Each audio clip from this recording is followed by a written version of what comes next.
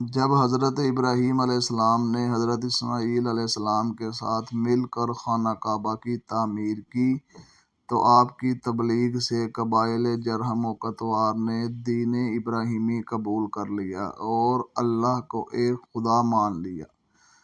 حضرت ابراہیم علیہ السلام کے بعد حضرت اسماعیل علیہ السلام کے اثرات میں مکہ آباد ہونے والے بھی دین حنیف یعنی حضرت ابراہیم علیہ السلام کا دین قبول کرتے رہے۔ تب آل اسماعیل سمیت تمام قبائل مکہ صرف ایک واحد خدا کی عبادت کے قائل تھے اور خانہ کعبہ کا تقدس پوری طرح سے قائم تھا۔ لیکن جب حضرت اسماعیل علیہ السلام کی وفات کے بعد پھر کوئی نبی اہل مکہ کی رہنمائی کے لیے مبعوث نہ ہوا تو آہستہ آہستہ ان میں شرک و گمراہی پھیلنے لگی۔ پچھلی ایک قسط میں ذکر کیا گیا کہ جب مکہ پر قبیلہ ایاد و بنو خزاع یکے بعد دیگرے حملے آور ہوئے تو بنو اسماعیل کے کئی قبائل کو مکہ چھوڑنا بھی پڑا۔ تب یہ لوگ برکت کی غرض سے کعبہ کا ایک پتھر بھی اپنے ساتھ لے گئے۔ کعبہ سے نسبت کی وجہ سے وہ اس کی بہت تعظیم کرنے لگے۔ اس تعظیم کا اثر یہ ہوا کہ آہستہ آہستہ آنے والے وقت میں ان کی آل اولاد نے خود اسی پتھر کو معبود مجازی کا درجہ دے دیا۔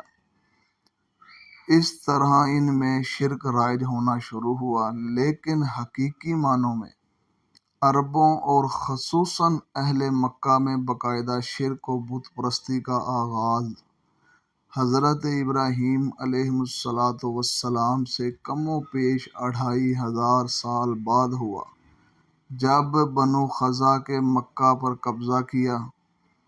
عربوں میں بت پرستی کا آغاز کرنے والا قبیلہ خزاع کا سردار عمر بن لح تھا۔ یہ شخص خانہ کعبہ کا متولی تھا۔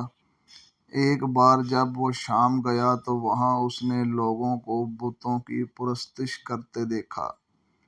یہ کل 5 بت تھے جن کے نام ود، یغوث، سواع، یعوق اور نصر تھے۔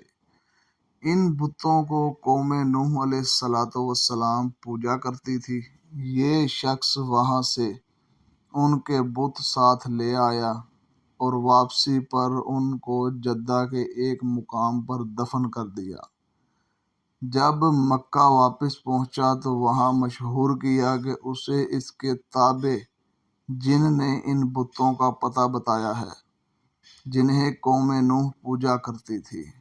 پھر وہ اہل مکہ کو جو پہلے ہی شرک و بت پرستی کی طرف راغب ہو چکے تھے ساتھ لے کر جدہ پہنچا اور وہاں سے وہ بت زمین کھود کر نکال لیے اور انہیں مکہ لا کر خانہ کعبہ میں رکھ دیا، جہاں تعظیم کے نام پر ان بتوں کی عبادت شروع ہو گئی اور ان بتوں کو مختلف خدائی صفات کا مالک تصور کیا جانے لگا۔